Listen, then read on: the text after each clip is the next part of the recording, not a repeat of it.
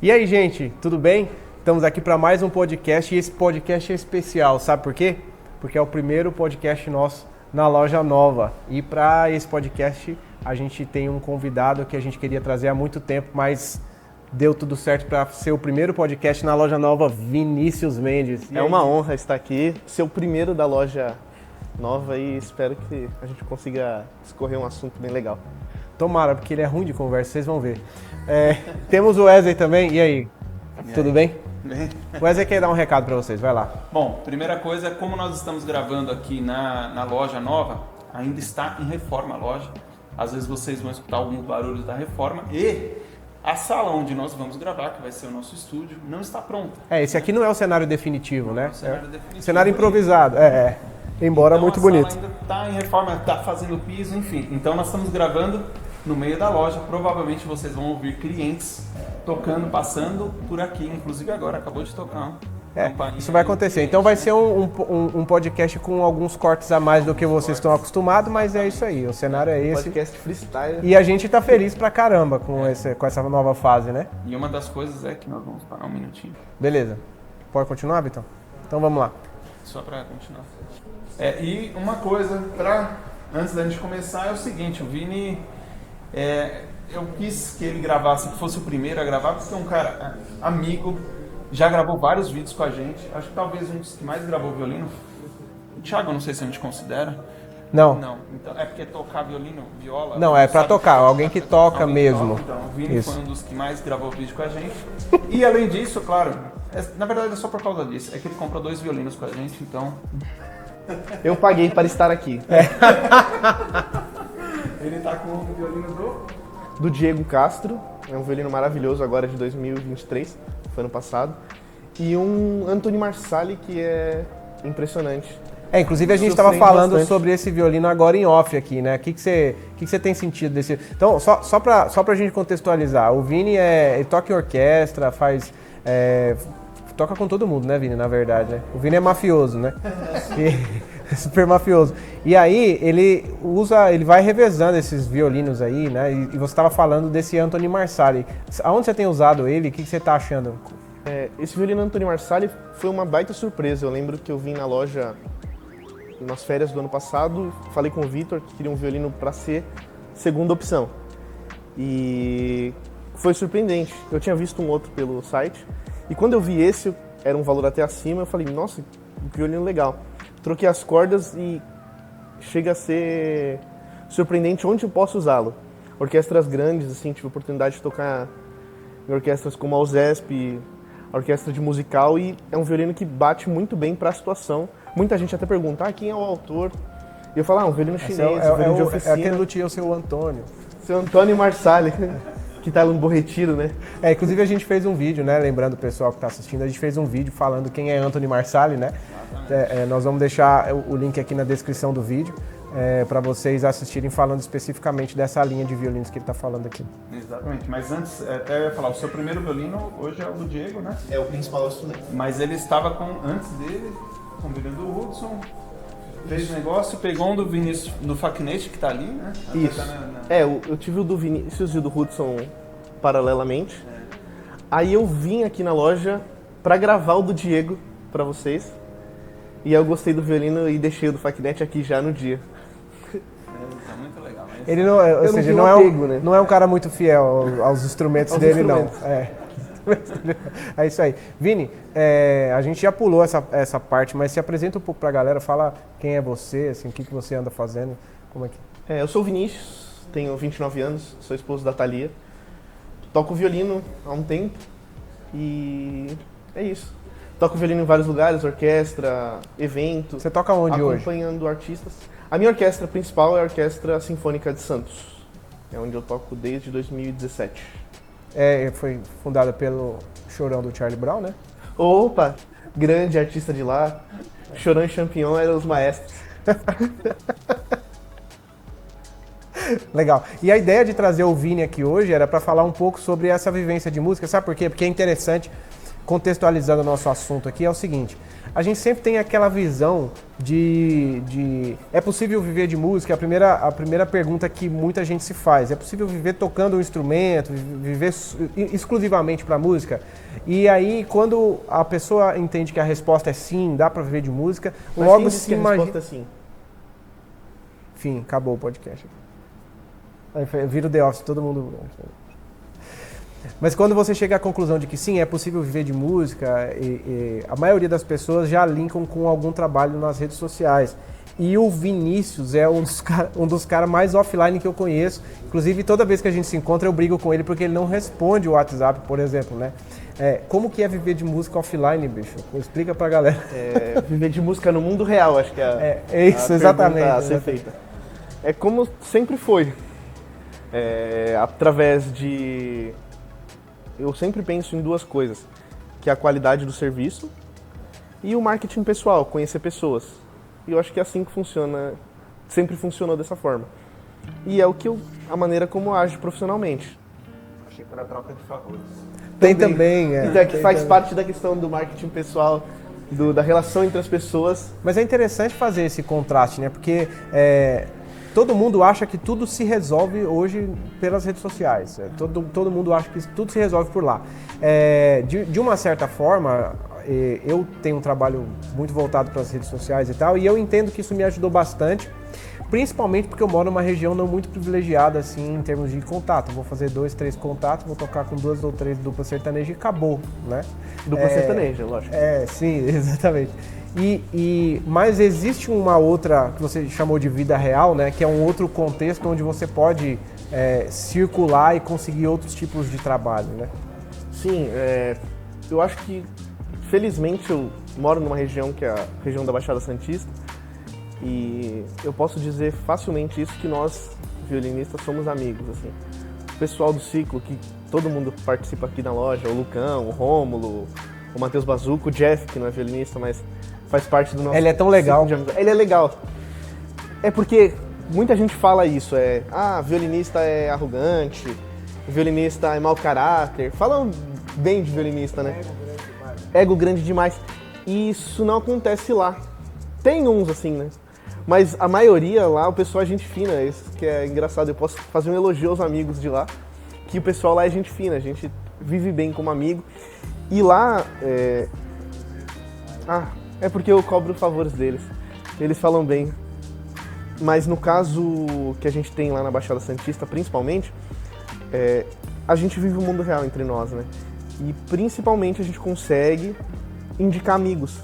Sempre teve essa situação, eu não posso fazer, eu mando o Matheus. Ou mando o Lucão, o Rômulo quando tocava, que agora não sabe mais tocar. Fez upgrade, né? Não, rebaixado. Nunca vi um violinista falar que o maestro é superior. E a gente tem essa questão de conviver numa comunidade de violinistas, músicos lá. E o que você acha dessa galera? Não. Eu só ia perguntar. E eu ia chegar lá no como que é viver no mundo real, né? Isso aí. E o que acontece? Desde sempre, eu sou o mais novo desse grupo de amigos. E eu aprendi com eles, assim, a me comunicar, a criar novas conexões com pessoas, para que existisse o trabalho, fomentasse a... Mas isso que eu ia te perguntar, porque você está falando das amizades, das conexões ali, mas você, a gente vê que você é um cara desenrolado, pra gente mesmo. Você se aproximou, até se ofereceu algumas coisas muito legais, algumas das pessoas que nós gravamos aqui foi por conta de você, e a gente vê que você, trabalha para São Paulo, para cá, para lá, para um monte de lugares. Então você realmente se comunica bem, é isso? Isso assim... Essa é a ferramenta, é isso que ele quer dizer. É isso que é... Você vai criando. Isso assim, acho que a vida liga os pontos, né? Como diria Steve Jobs. Olha, bem coach, né? Deus me livre de ser coach. Quando eu nasci, meus pais eram gerentes de hotel. Então, desde criança, eu sempre tive contato com muitas pessoas. Eu morava no hotel, né? Eu era tipo o Zack Code da vida real, né? Entendi. Eu morava no hotel e sempre tive contato com pessoas pra vivência, né? E mudavam as pessoas sempre, né? E aí a gente cria isso da vida. Você viu de né? tudo lá, então, né? Sim, vi todo tipo de gente. E aí, por exemplo, como a gente falou, de chegar às pessoas. eu lembro, por exemplo, o Rômulo, que ele foi meu professor. Aí, facilmente, eu ligava um ponto. O Rômulo era amigo de não sei quem. Facilmente a gente conseguia criar essa conexão, igual aqui com a loja. Por exemplo, o Thiago eu conheci no churrasco. Foi. Que churrasco É bom pra conexões. é perfeito. Se você Me quer chama fazer pra amigos, churrasco. churrasco você faz amigos. Eu conheci o Thiago num churrasco. E um dia eu tava por aqui, chamei ele pra tocar numa orquestra. Foi. Aí ele falou, aparece lá na loja. Então acho que funciona assim, desse jeito. Por exemplo, eu conheço o Thiago. O Thiago conhece o Cristiano Ronaldo. Eu Dois chego a qualquer contatos. pessoa. Tá vendo? Então, como Cristiano Ronaldo, fica aí, vai lá em casa depois. O próximo podcast, já anunciando, será com o grande violinista Cristiano Ronaldo. E você falou mesmo, não dá pra falar mal desse lance das redes sociais, mas foi uma escolha sua de não ser muito ligado, né? Pra quem não sabe, o Instagram do Vini é pra enviar memes pros amigos. Tanto é que hoje eu tenho comecei recentemente a postar mais coisas. Tocando, onde eu vou, comida que eu como, amigos que tocamos juntos, mas eu nunca tive muito saco, assim. Nunca teve uma estratégia, né? Não, eu nunca, por exemplo, eu nunca gostei. Eu tive uma época da vida que eu usava computador, hoje eu nem. Faz tempo que eu nem abro o computador, assim, não sei nem como que é, mas. Acho Ele que é o um computador velho. é o Windows 7. Ele é um idoso. É isso. Eu uso mais o celular para mandar memes. E o que a gente tá falando é o seguinte, como o Vini, você tá falando que tá entrando agora, ok, um pouco assim, mais mas sem estratégia alguma. Então, ok, mas você não, cara, não falta serviço, e ele também mora numa cidade que não tem tanto trabalho, digamos, toda hora, né? Não. Muita variedade, né? Você toda hora tá em São Paulo, toda hora tem alguma coisa, aqui mesmo, ele já não tinha que gravar porque ele já tinha algum evento à tarde, amanhã já tem que voltar para São Paulo, ou seja, você sempre tá em contato com gente, sempre tem alguma coisa, né? Eu sempre tive facilidade de fazer conexões, como a gente falou. E, por exemplo, desde o professor ter uma relação legal com o professor, isso facilita a questão de contatos, desde uma facilidade de contato com os pares, né? Chama um cara para um cachê. Até um conselho que eu dou. Não seja otário quando você for chamado para um cachê. Porque a chance de você nunca voltar é imensa. A ideia é que você seja cordial, não fique tocando no camarim para encher o saco dos amigos. O músico de princípios, ele toca os princípios de todos os concertos no camarim Exato. pra impressionar, né? Sim, e aí a chance de você voltar é mínima. Então a gente minimamente tem um código de ética implícito, mas a gente sabe que, e se você sabe isso, muita gente fala, isso é engenharia social, né? Uhum. Que você hackeia olha, muito coach de novo. Hackeia as estruturas sociais da situação, a gente facilita os contatos. E aí, eu sempre tive uma facilidade de perceber e lidar com as pessoas no mundo. Resumindo, não seja inconveniente, né? Exato. Não enche o saco de ninguém, a vida facilita muito. E você optou por não fazer casamento, né? Porque essa é outra coisa. Duas coisas que todo mundo acha que quem vai viver de músico precisa. A primeira é um trabalho nas redes sociais e fazer dancinha pro TikTok. E a segunda é tocar em 1000 casamentos, né? E você não faz nenhuma das duas coisas. Você quebrou a engenharia do negócio. Por que você escolheu não fazer casamento? Qual que é o seu lance com esse tipo de evento? Sobre casamento, como você falou, eu não toco, assim, em grupo de casamento, cerimônia padrão, né? Logicamente, você já fez cachê, né, claro? Sim, acho que todo mundo deve fazer. Deve tocar em orquestra jovem, casamento, velório. Velório dá dinheiro. Dá dinheiro. Eu tenho umas histórias ótimas com o nosso amigo Jeff, de velório em todos os níveis. E casamento eu fiz por um tempo. Quando eu não tinha um emprego fixo em orquestra, eu fazia bastante casamento. Tinha uma época que era toda semana. Era uma época que eu namorava já com a Thalia e não havia quase nos finais de semana. Mas foi me enchendo o saco, realmente. Até porque a maioria dos grupos que trabalham com casamento não pagam o justo, não tem honestidade no trabalho e é muito precário. Falo isso sem ter problemas com isso, porque eu não trabalho no meio hoje. Hoje eu acompanho um cantor, que é o Rodrigo Pandeló, o Thiago já tocou com ele. Eu toquei com ele, um dia que ele não podia. E aí, com o Rodrigo, eu faço casamentos sempre até. Mas não é uma cerimônia padrão, a gente faz até algumas músicas dele, propriamente. É porque o pessoal, nesse caso, por exemplo, o pessoal é fã do trabalho dele em específico. Contrata ele. Não contrata um grupo que toca em casamento. Não é um musical, que o pessoal fala, eu quero uma orquestra, e pode ser qualquer músico aleatório. O músico tem o nome, eu quero o fulano, né? Sim, o Rodrigo tem um público que ouve ele. Ele tá nas redes sociais, vale a pena ouvir no Spotify, um músico muito bom. E ele não se considera músico, né? O Thiago sabe. E esse é o nicho assim, de casamento que eu faço. Mas hoje eu não aceito, raramente eu aceito tocar com... Por escolha. Não que falar, não, é snob. Não, acho que tem gente que gosta. A gente tem uma amiga lá na Baixada, a Maria Fernanda, o Thiago conhece. Ela gosta realmente de tocar em casamento. Mas eu nem gosto muito da cerimônia do casamento. Eu já peguei aluno, assim, que queria começar pra tocar em casamento. Sim, e eu acho super justo. Se você quer tocar no casamento, tu acha legal a cerimônia do casamento e ganha dinheiro com isso... Mas nunca te fez falta, é essa a questão, é isso que eu tô querendo levantar. Hoje assim. não. Hoje não faz falta. Você já até tocou, já tocou em várias ocasiões, mas assim que deu pra sair, você... Foi a primeira coisa, deu pra sair, eu parei. Então, assim, essa é a segunda coisa que eu queria que a gente pensasse junto, né? É possível viver de música? Sim. É possível viver de música sem trabalhar com evento, especificamente com evento? Sim. Também. Agora, qual possibilidade mais a pessoa tem além disso? Porque a primeira coisa que vem na cabeça é evento e orquestra. Além e o digital também, né? E o digital, exatamente. Ele é músico, ele não trabalha.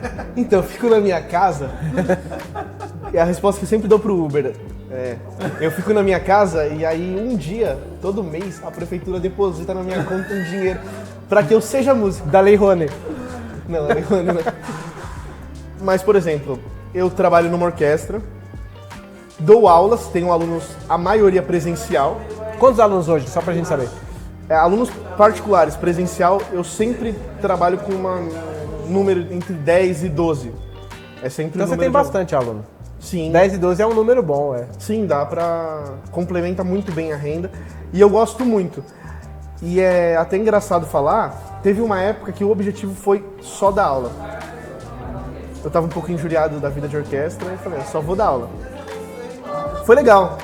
Mas hoje eu gosto bastante do trabalho em orquestra. Até porque eu sou convidado para tocar em algumas orquestras que tenham um trabalho super legal, honesto e interessante. E você estava falando de projetos também, né? Isso. Durante a pandemia, eu conheci o meio de escrever projetos de captação, editais de prefeituras, governo do estado, federal. E é um caminho, eu tinha uma facilidade. Isso é legal porque eu ligo a outro ponto. Trazendo o começo lá, eu ligo a um outro ponto da vida, porque eu nem sempre tive como objetivo ser músico. O objetivo de ser músico é muito engraçado, eu tive a partir dos 21 anos. Antes disso, eu queria ser pessoa normal, que trabalha. E eu fiz faculdade de economia, trabalhei num banco por um bom tempo, acho que fiquei 5 anos no banco, e durante o trabalho no banco eu decidi que eu seria músico. E eu tinha muita facilidade na questão de documentação, de escrever, sempre tinha uma facilidade em escrever e colocar no papel ideias. E aí, durante a pandemia começou a aparecer muita lei de incentivo, muita lei de apoio ao meio cultural, e nisso eu consegui, falei, vou tentar. Aí um dia eu acordei de madrugada, foi super engraçado, porque o horário na pandemia o relógio virou qualquer coisa, né?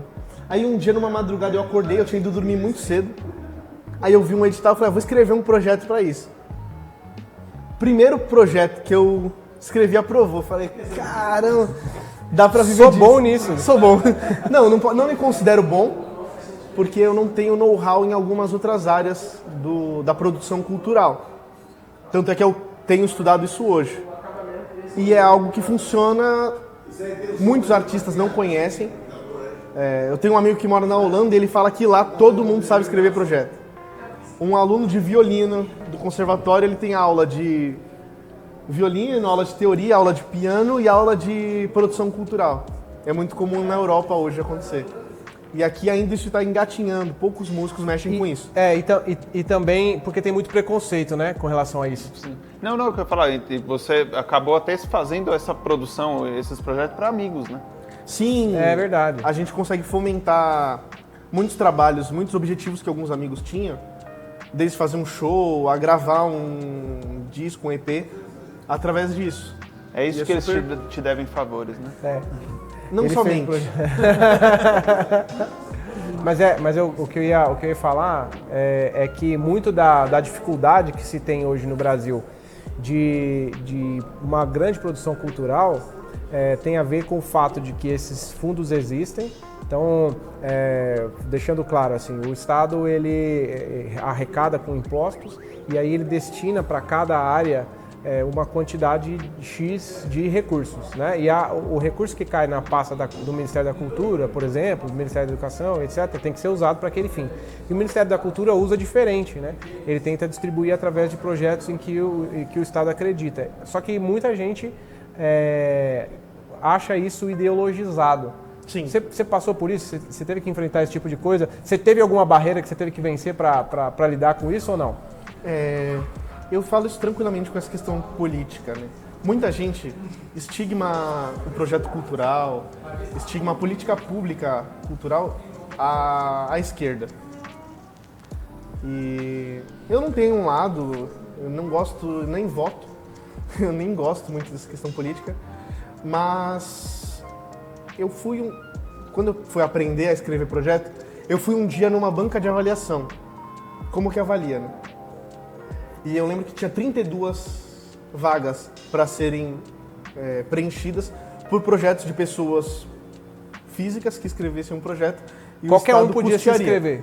Qualquer um que fosse artista comprovadamente, né? Por exemplo, eu toco violino, eu tenho como comprovar que eu toco violino. Tem gente que pinta quadros, pode comprovar que pinta quadros. E tinha 32 vagas de projetos que uma prefeitura ia custear. Eu cheguei lá, tinham 2 pessoas assistindo a avaliação. É aberta. A avaliação é aberta. Eles todos leem. É um colegiado de pessoas que vai lá e lê o projeto. Tinham 7 projetos inscritos para 32 vagas. 7 projetos inscritos. Não chegou nem ao número de vagas. Eles não tiveram nem que escolher. Colegiar, então. Não. Aí eles colegiam por questão de documentação, se a pessoa tá tudo certinho. Mas tinham 7 projetos inscritos. E 32 vagas.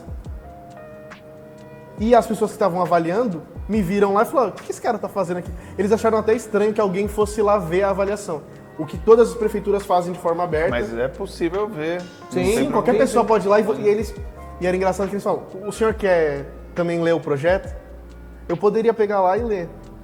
Então, eu acho que existe uma articulação da parte de quem é da esquerda de cobrar e de estar lá vendo e escrevendo o projeto. Sendo que qualquer pessoa de qualquer nicho político pode escrever seu projeto, que faz arte, porque o que seria acontece? Acessível para qualquer outra pessoa de qualquer aspecto político. Só que é uma questão de conhecimento de quem é da esquerda de cobrar isso. Estão mais acostumados a fazer isso. Estão mais acostumados e o que eu posso dizer é que não é que é acostumado, já está muito mais articulado como um grupo, né? E eu entendo que a sociedade inteira deveria fazer isso. Até porque no Brasil, principalmente, muita gente fala a Lei Rouanet. A Lei Rouanet é simplesmente o Estado que deveria prover cultura para a população, terceiriza essa questão e coloca na mão das empresas escolherem quem vai ser custeado. Né? E sendo que todo mundo poderia, sempre sobra vaga. Eu falo assim para o pessoal que fala, a não ser coisas que são muito restritas, mas... A maioria das prefeituras acaba nem conseguindo distribuir todos os projetos. Volta muito. Volta muito, sempre. Aí eu fui ler uma vez coisas que tem no Brasil. Por exemplo, muita gente não sabe. Você pode escrever um projeto para comprar um instrumento. Eu sei que guitarrista faz isso de um monte. Principalmente no PROAC. Tem edital para compra de instrumento. Mesmo? Essa eu também não sabia. Pessoa física. Por exemplo, eu, Vinícius, quero comprar um violino X, porque eu vou ter uma contrapartida para a sociedade tendo esse violino. Guitarrista eu sei que compra muito instrumento assim. Aí eu te pergunto, qual que é a contrapartida que um guitarrista pode dar para a sociedade, né? Fica aí a pergunta. Guitarrista é músico? Não, eu acho que guitarrista é músico. Até porque eu tive uma fase da vida guitarrista. Tá né? vendo? Sempre puxa a sardinha pro lado dele. Sim. Não, mas eu sei que, por exemplo, tem edital do PROAC mesmo para estudar em outro país. Eu escrevo um projeto, dou uma contrapartida para a sociedade, por exemplo, igual o caso do guitarrista que quer comprar uma guitarra. Ele pode dar aula de guitarra. Vai, um cara compra 10 guitarras, ele abre um projeto social para dar aula de guitarra, por exemplo. Ele vai ficar com as 10? No final, bem possível. Um cara que quer estudar fora, ele pode trazer futuramente professores, pode trazer recitais dele. E muita gente nem sabia que dá para fazer isso, né? Mas dá, tem projeto para milhares de ideias, né? Então, quem quiser escrever um projeto, fale com o Vini A Mendes. gente pode conversar também. E acabou que você Por exemplo, eu ficou... quero comprar um Stradivari. Você vai ter que justificar isso muito bem porque você quer ter um Stradivari. Mas é possível. Fica aí a dica, você que quer um Stradivarius. E acabou que os seus amigos te procuram, então. Também. A gente faz... Para escrever os projetos. Eu já fiz produção pro Lucão, pro Bazuca, a gente... Nós tivemos até no show do Lucão, O show do né? Lucão fui eu que escrevi o projeto. O do Bazuca, o Clássicos Negros, que a gente foi contemplado, que ele falou num outro podcast. Sim, falou pra gente. A gente vai em breve, pode ser que quando sair o podcast esteja já saindo o concerto, né, os recitais. Vai ser uma série de recitais que vai rolar. É só entender. Vamos lá. Eu, como leigo aqui, o que o projeto? Quando você inscreve o projeto, é uma verba que vem e em contrapartida você tem que oferecer algo. É simplesmente isso? É isso que o pessoal... Ou não? De forma, linha geral, sim. Alguma coisa... O primordial é a cultura envolvida. Sim, mas essa verba você não tem que pagar, não é um financiamento, não é algo. Não, você tá recebe. realmente recebendo para Você trabalhar. recebe para custear. Para custear. Caramba, interessante. Existe verba, e aí complementando o que ele falou, né? Existe verba para concertos, existe verba para gravações de discos, existe verba para projetos sociais, de uma maneira geral, para custear aulas, workshops e etc. Então, Sim. Né, até para comprar instrumento, pelo que ele está falando, para estudar fora. Então, tem vários tipos de verba diferentes. Muita gente acha que dá para ficar rico com isso, é para complementar a renda, não sei se dá para ficar rico com isso. Né? Talvez até dê para viver disso, mas assim, não é um negócio que você vai viver em glamour. Mas, No caso, quem produz ou quem escreve também, né? Não, por exemplo, tem no meio da música popular gente que ganha dinheiro com isso. E não sei se é errado, né? Porque aí entra, acho que é um assunto muito difícil.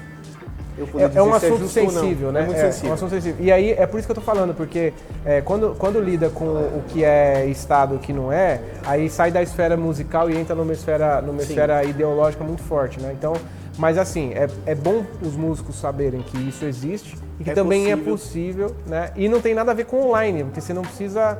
Né? Você não precisa ter uma rede social com milhões de seguidores para escrever um projeto e de repente para esse projeto ser contemplado. Talvez você tenha mais facilidade de eventualmente ganhar uma disputa com outros projetos porque você tem mais visibilidade e alguma outra coisa. Isso conta ponto, mas não é determinante, talvez, né? Você vai ter mais facilidade tendo uma existência no mundo digital ou sendo conhecido, né? Porque tem muita gente que não existe no mundo digital, mas é conhecido de um nicho. Tem gente que é conhecido no meio do hip hop. Por exemplo, eu toquei com um artista de hip hop que eu nunca ouvi falar. Aí eu fui tocar no show, tinha 40 mil pessoas assistindo. Eu nunca tinha ouvido falar do cara, né? Então, até porque eu vivo numa bolha muito específica. E aí, é muito mais fácil no tipo de projeto que precisa de capital de empresa. Por renúncia fiscal, por exemplo, Rouanet, PROAC, ICMS. Se você é um cara conhecido, a empresa muito mais tem desejo de... se aliar à sua imagem, sua imagem do que um cara que não existe, né? Porque a contrapartida da empresa é a divulgação, o marketing e a visibilidade que ela vai gerar, né, que ela vai impactar com muito isso. Mais justo eu, sendo empresário, investir numa USESP, que é uma orquestra que já está consolidada, do que não faz parte da estratégia eu investir numa empresa, numa orquestra que não existe ainda. E vamos lá. Sua rede de contatos, ok, isso te ajuda a trabalhar e tal, mas você falou que aos 21 anos que realmente se interessou Você estudou violino ou só rede de contato? Você toca mesmo? Você toca mesmo? Não. Mas assim, despertou os 20 anos, mas você já estudava. São coisas muito legais, assim. No hotel que a gente morava quando era criança, tinha um... Vou trazer antes. Teve, antes da minha mãe engravidar, um amigo pintou um quadro de um violino. E na minha família ninguém toca violino. Ninguém é relacionado à música.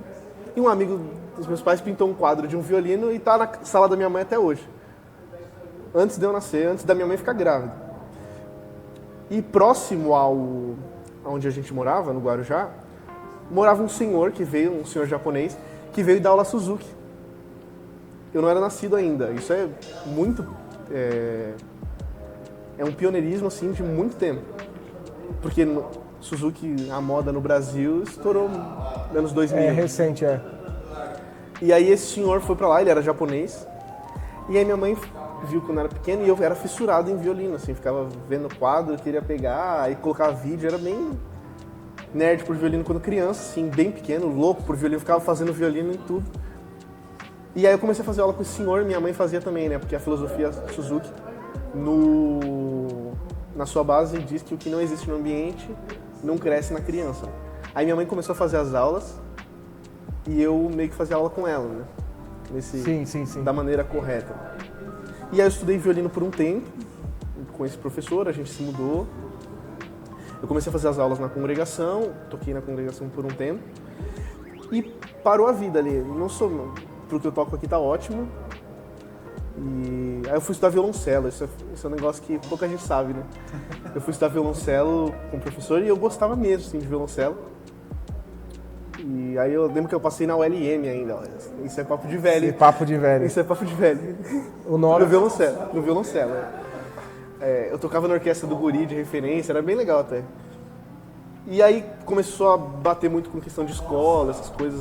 E eu vi que eu não tinha nenhum objetivo de ser músico. É bem engraçado. Você nunca... A gente fala, o meu sonho era ser músico de orquestra. Não. Eu tinha um sonho de trabalhar como pessoa normal, ganhar dinheiro. Ser astronauta, piloto de Fórmula 1. Piloto de Fórmula 1, os caras sabem. Era o sonho realmente, assim. Eu tinha macacão da Ferrari, eu gosto ainda um pouco de Fórmula 1. E aí eu ser violoncelista. Aí esse do violoncelo, eu parei de estudar. Aí eu fui pra guitarra. Falei, não, vou tocar guitarra. Tá? Tanto é que na pandemia eu voltei a tocar guitarra, no período de pandemia, assim. Eu vou tocar guitarra, tinha uma banda com os amigos na escola, mas também foi parando, né? Eu toquei guitarra também. Sério? Eu era vocalista e cantor e guitarrista de uma banda. Olha, desdenhei do cara. Eu fico falando da guitarra, mas eu toquei também. Normalmente quem zoa o guitarrista exato. é guitarrista enrustido, totalmente. Tanto que hoje eu toco frustrado. violino e tenho uma pedaleira gigante. Exatamente.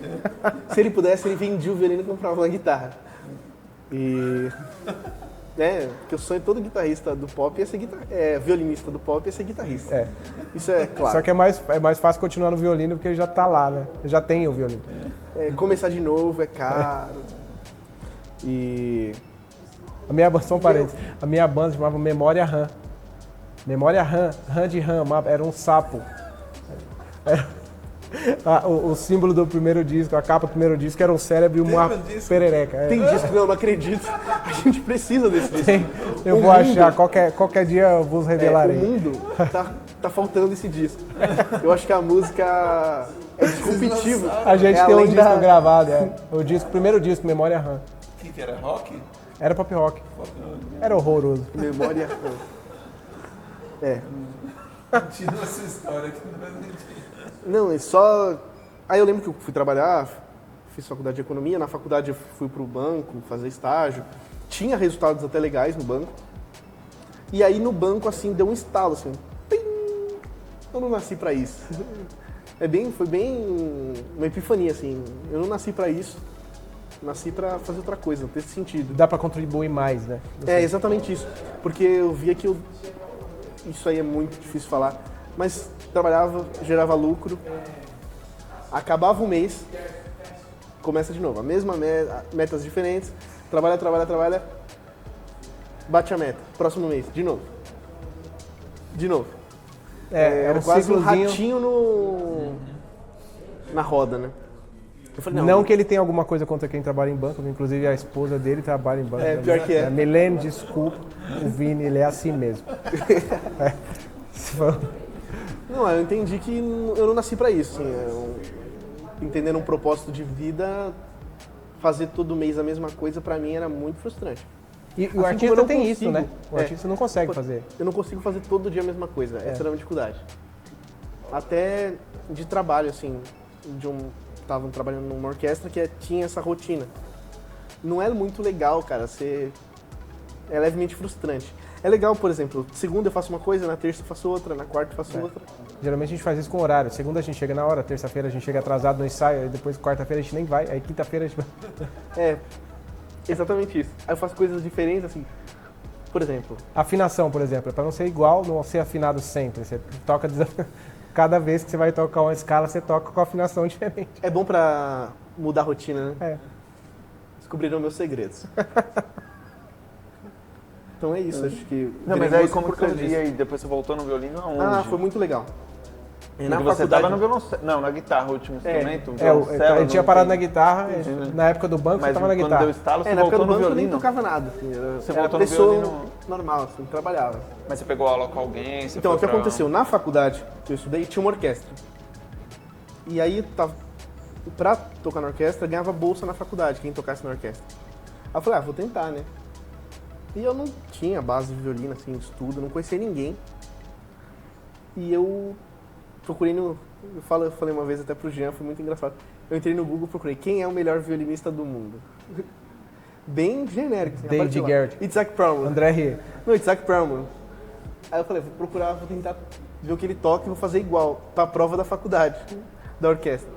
Aí eu vi um vídeo do Reading, ele tocando Reading, um vídeo que ele tá uma criança na capa do disco. Rapidão, né? É um disco sobre as peças da infância dele, né? É, o que eu fiz? Isso é super engraçado. Eu peguei esse disco do Reading e tentei imitar segundo a segundo do vídeo. Aí eu tinha a partitura. Como ele faz isso? Aqui ele faz o vibrato de tal jeito. E aí eu imitei. Tocava na mesma velocidade, conseguia tocar junto assim, ó. Se precisasse usar como playback, dava. Aí eu toquei na prova da faculdade e passei. É claro, tocando o reading igual o Perlman. Na minha cabeça era igual. Você, aluno, que tá aí tocando junto com gravação, na sua cabeça é igual. Pode ser que não. E aí passei, e aí comecei a tocar e vi que dava.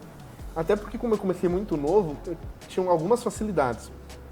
Porque tem essa questão de muscular, motora, que quem começa mais cedo vai mais longe, é mais fácil aprender.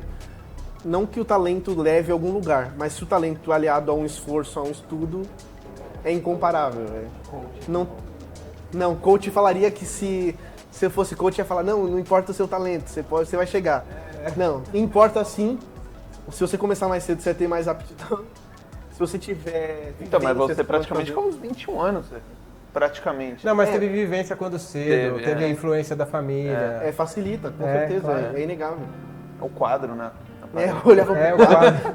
tinha um violino ali, ó. Já conheci o violino antes de ver gente. Acontece até com eu toquei recentemente um recital, e aí veio um moço, super emocionado, falar: é a primeira vez que eu tô ouvindo um violino pessoalmente. Eu nunca ouvi um violino na vida, eu nunca vi um violino. E aí eu me senti super frustrado. Eu não lembro dessa sensação de ver um violino pela primeira vez. Não lembro de ouvir um violino pela primeira vez. Pra mim é um negócio... Nasceu, tá junto, né? Já faz parte do cotidiano, já tá acostumado, né? Sim, mas eu achei que a sensação dele foi super tocante. Eu gostaria de ter essa opção. De voltar e falar, eu quero ouvir o violino pela primeira vez. Não Nossa, rola, que bonito. né?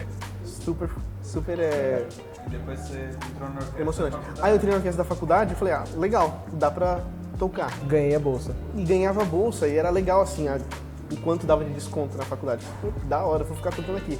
E aí, o pessoal fala, o cara picou uma vez a mosquinha da música, já era, cara.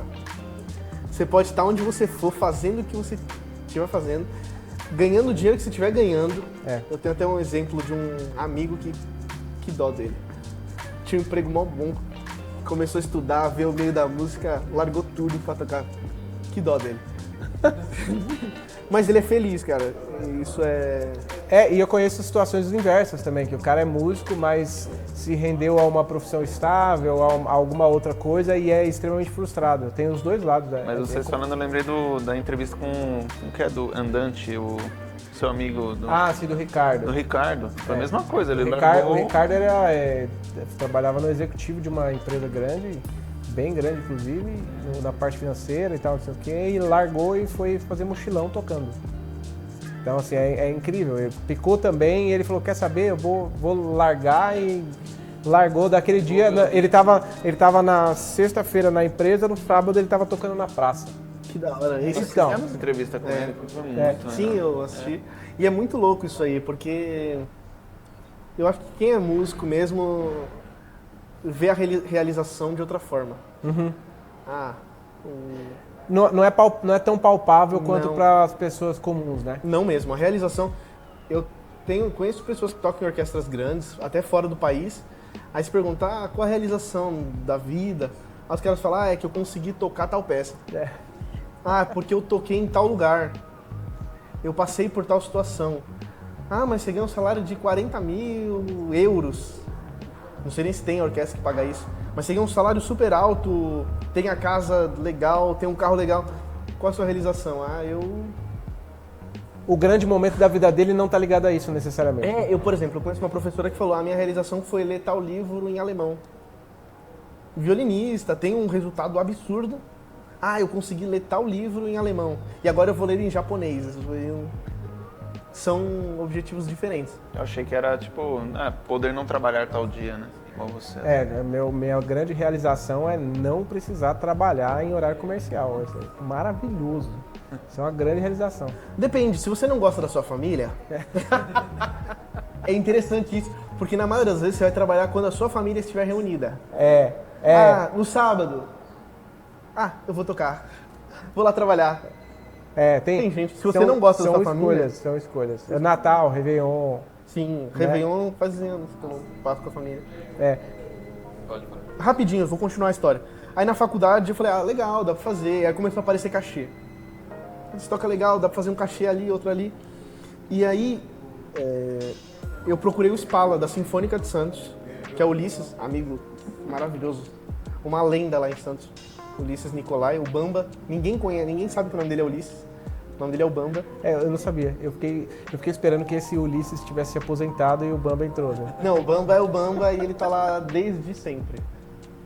Ele é o Spala lá, até hoje. Meu chefe. E eu entrei em contato com ele pra fazer aula. Porque tinha um menino que dividia estante comigo na faculdade, que era aluno do Bamba. E aí o Bamba falou, eu não vou poder dar aula agora, porque eu vou tocar numa ópera, eu vou até me licenciar da orquestra, vou tocar numa ópera, e eu não vou conseguir dar aula, volta daqui tantos meses. Só que eu tava super sedento pra fazer aula, e aí o chefe dos naipes de segundos da orquestra era o Rômulo, da orquestra da faculdade. Sim. Rômulo. Pedi pra fazer aula com o Rômulo, ele tava começando a classe de alunos, e foi determinante na minha vida, crucial. Porque ele tem uma visão muito legal de negócio, muito legal do trabalho como músico. Ele também é um cara inquieto, tá fazendo milhares de coisas. É mais um Ronaldinho Gaúcho da vida. Mas foi por ele dar aula pra você de violino que ele desistiu do violino? Ele se traumatizou, nunca mais quis dar aula. Ele viu que, como diria o Yoda em Star Wars, a missão do mestre é ser superado. Ele cumpriu muito bem. Que isso. Bem papo de violinista, né? Eu tô meia hora aqui sendo violinista em São Paulo e já tô arrogante.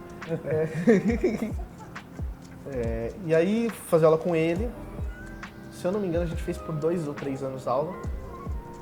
E o Rômulo, ele tem uma visão muito legal de não ficar muito tempo com o professor.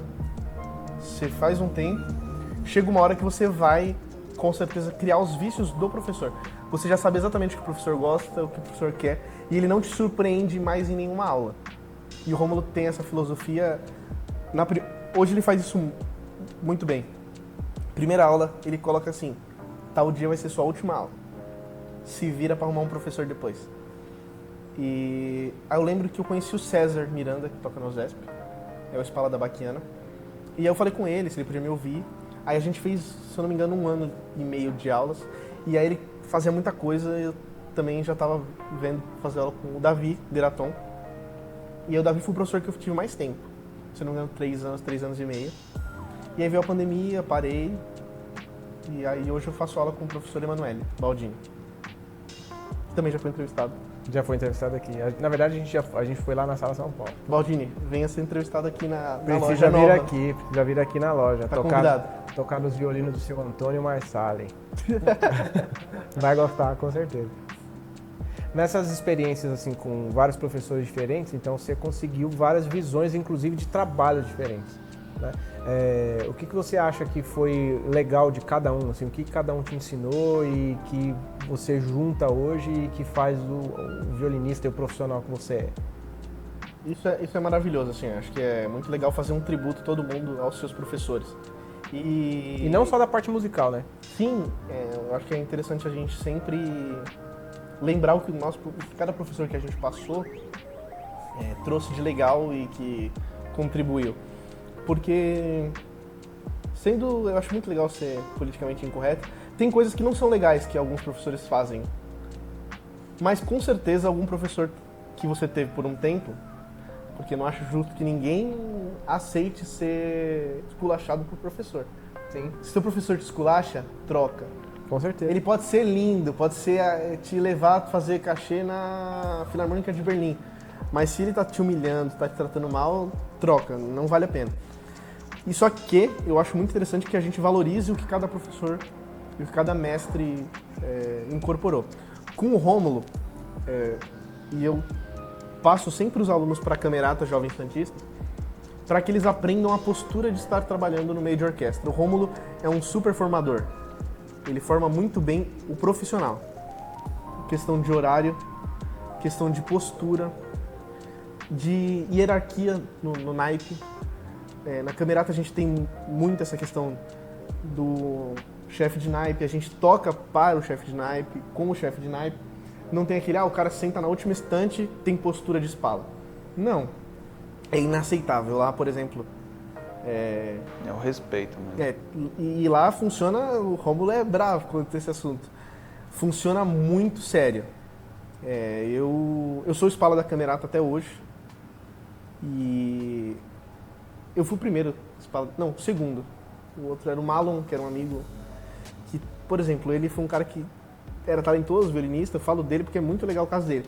Só que ele tinha um talento e uma vontade de ir para uma outra área artística e ele hoje está num nível muito alto em outra área. Assim. Ele largou o violino porque não era o que ele nasceu e eu não era o que ele gostava realmente. Ele era artista. É artista, até hoje. Só não era violinista. Ele é artista até hoje na área de design gráfico, de desenho, nível muito alto. E o Malon era o primeiro espala e eu era o aluno mais experiente. Só que o Malon era o primeiro espala e era muito legal, assim, como o Rômulo me formou nesse sentido de respeitar quem era o espala e a decisão que ele tomasse, a gente acatava e tocava. Não adianta a gente só respeitar o espala. Só não discordar publicamente.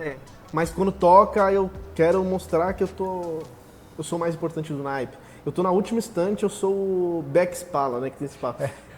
O middle espala, que é o do meio. Espala de meio de naipe, espala de fundo. Isso não é aceitável, porque não funciona como grupo, como time, né? E o Rômulo ensina a trabalhar com grupo, em time, de forma absurda. Foi um negócio assim que eu ouço ainda as aulas dele tocando em grandes orquestras, acho que é um negócio legal. Com o Cezinha, era maravilhoso, ele me ensinou a valorizar o violino, entender a música, o quão importante é o entender, conhecer, estudar do jeito certo. E tocar bonito, assim, foi um negócio que ele falava sempre, não, isso aqui você não toca tão bonito, vale a pena tocar bonito, ser agradável. Com o Davi, é muito legal porque o Davi é um espala maravilhoso, né? E o Davi, ele tinha eu lembro de uma experiência no Festival de Campos do Jordão, ele era o espala da orquestra. E a maneira como ele lidava, porque festival, violinista, é ego, né? O Davi é um super violinista, tinha a molecada que tratava o cara na última instante e respondia de forma musical, né? Esse é o problema. Igual o Thiago falou, não critica publicamente, mas responde de forma musical. Mas toca contra o que o cara falou. Toca contra. E o Davi sabia conectar muito bem. Eu, assim, nessas funções, assim, quando eu toco como espala de alguma orquestra, eu sempre lembro como o Davi guiava o naipe. E precisão, perfeição, o Davi falava isso sempre. Ele me fez estudar violino mesmo, de verdade. Eu lembro que ele falava, não, você não estudou direito, você sabe, você quer ler tudo, mas não sabe tocar entre a primeira e a segunda nota, você já não sabe o que é fazer. O Davi é maravilhoso nisso. Ele usou um termo uma vez que eu me lembro, em algum workshop que eu fui, ele falava assim, coloca a lupa no começo do compasso. Nota por nota. Coloca a lupa, é o assunto, é o Davi falando, é isso aí. E ele é um músico maravilhoso, ele me formou assim, foi o professor que eu fiquei mais tempo, né? E era muito legal aprender o repertório com ele, porque ele sabia muito bem o que estava falando. E o Emanuele, que é meu professor atual, eu acho muito legal a questão dele da arte, de entender, e ele sabe tudo, cara. Eu falo isso brincando, mas ele sabe tudo. Desde questão de... Ele não gosta, porque ele é um cara minimamente inteligente para saber que ele não sabe tudo. Sim. Mas muita coisa que eu tiro dúvida, assim, coisa específica, como resolver, ele sabe resolver. E na questão de arte, eu acho que é o mais importante, que eu aprendi a subir o nível de conhecimento, da filosofia, da fantasia, da arte em geral. Cara, foi muito legal a entrevista. Como eu já falei no começo da entrevista, o Vini é amigo e, cara, o papo muito legal, muita coisa bacana. Estamos devendo favores para ele agora, né? Agora você vai ver o Wesley tocando em orquestra de graça. Pra completar a naipe. Pode levar 2 pessoas pra dublar? É o Wesley e mais quem? O Vitor tocando em violino. Vini, foi muito legal. Nós vamos deixar as redes sociais dele? Isso, vamos falar das redes sociais. Vini, deixa... Cara, pera, ele não usa. Não, se você quiser receber memes do Vini... muito bom. Vou criar uma lista de transmissão de memes. Não, mas deixa porque o Vini é professor, né? Ele dá aula presencial e dá aula online. Então, se você quiser fazer aula de violino, Quais assuntos você aborda, Vini? Violino. Violino. Eu acho muito engraçado, muito legal falar sobre isso. Quem quiser me seguir, vai no Instagram lá, Vini Mendes 7. Nós vamos deixar embaixo também. Aqui. Isso, @Vini Mendes 7. Ah, pensei que você ia falar o que é legal. Ele vai falar. Sim, se quiser me ver lá no Instagram. Eu tenho começado a mostrar mais trechos estudando, porque eu acho que é legal mostrar eu fazendo coisas que normalmente o pessoal não esconde e não posta. Ah, não posto estudando. Eu posto o vídeo do jeito que tá, com o metrônomo, que é um vídeo que eu tenho um monte de vídeo meu. O metrônomo lá, tec, tec, tec. E errando, tem ritmo errado nos vídeos lá que eu posto estudando. E para alunos, normalmente, eu tenho, além da questão de estudar, de aula de técnica, de repertório, eu faço muito essa questão de gestão de carreira, de encaminhamento, porque eu acho que é primordial, porque a gente passa a vida toda, vou estudar violino, estuda violino. No quarto. Não sei falar com pessoas, não sei guardar dinheiro, não sei gerenciar onde eu vou ganhar dinheiro e como eu vou ganhar dinheiro. Assim, eu tenho feito esse trabalho legal com os alunos. Economista e violinista. Por exemplo, eu tenho um aluno, eu posso até falar o nome dele, o Cauã. Ele fez 18 anos. Primeira coisa, você tem que ser profissional. Ele está no início ainda, eu posso colocar como iniciante. Você tem que fazer um MEI, no seu MEI de músico já é profissional. E aí o que acontece? Ele fez isso, apareceu uma oportunidade para ele ser estagiário numa orquestra, ele precisava ter MEI. E é um menino que, eu falo isso assim, Suzuki 1, por exemplo. Apareceu uma oportunidade de trabalhar como estagiário numa orquestra, já tinha um MEI.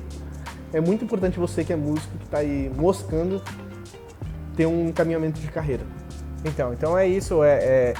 Eu fiz essa pergunta porque eu sei que tem professores que trabalham com áreas diferentes, tem gente que trabalha só com iniciante, tem gente que trabalha com preparação de músico para orquestra, tem gente que trabalha com várias coisas. Essa é a área de atuação do Vini.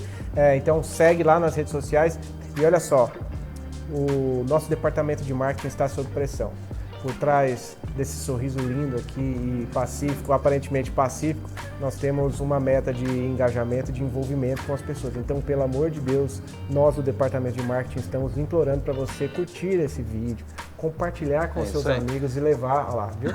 Levar esse vídeo para mais pessoas, não só esse vídeo, mas também o canal, apresente o canal da HPG e bora divulgar esse conteúdo que está sendo muito legal e muito enriquecedor. Cara, obrigado. Que isso. Prazer ter você aqui. E agora, agradeço. Vamos almoçar. Vamos. É isso aí. Gente, fiquem com Deus. Tchau. Até logo. Tchau.